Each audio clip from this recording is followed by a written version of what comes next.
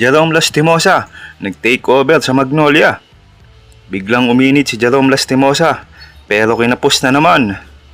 Intro boys pa din ba ang Magnolia matapos ang overtime loss sa Meralco? Binitpit ni Jerome Lastimosa ang Magnolia sa fourth quarter hanggang overtime. Kaso nagkaroon ng turnover si Jerome sa last seconds ng overtime na naging dahilan para manalo ang Meralco Bolts. Pero maituturing na siya ang main man ng Magnolia dahil walang takot umiskor itong former Adamson Falcons na ito.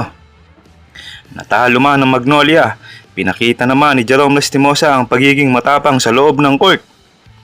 Sa dulo ng fourth quarter, nagbuslo ng isang tres para lumamang ng isa, ngunit agad naman nakasagot din ang Meralco. Pero isang magandang drive sa side ang ipinakita ni Lastimosa para maitabla at maiuwi sa overtime ang kanilang laban. Naging problema nga din ng Magnolia ang pagka-foul out ni Chapman bago matapos ang regulation. Kaya wala ng import ang Magnolia sa overtime. Pero kung siguro hindi na foul out si Clint Chapman, maaaring iba ang naging resulta ng laban.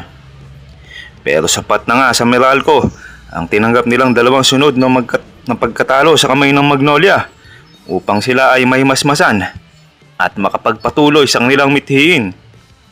Ibinuhos na nila ang lahat dito sa do or die game dahil wala nang bukas upang bumawi para isa sa isa na namang pagkakamali. Ang Bolts ay hindi basta-basta natatalo ng tatlong magkakasunod sa isang kupunan, kaya sa pagkakapanalo nilang ito ay lalo lang nilang pinatunayan ang katatagan nila bilang dating kampyon.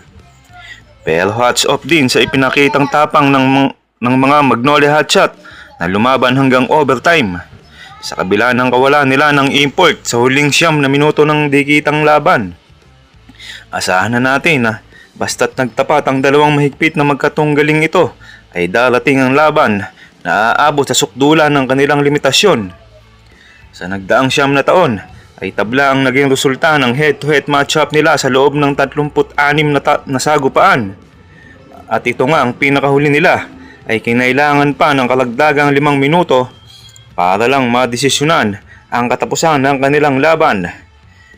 Nakakaharap ngayon ang Meralco Bolts ang kanilang sister team na TNT Tropang 5G at ang Barangay Ginebra naman kontra sa Rain or Shine at ang mananalo ay magtutunggali sa PPA Finals. Kamusta mga idol? Sports Zone PH para sa sports news and update.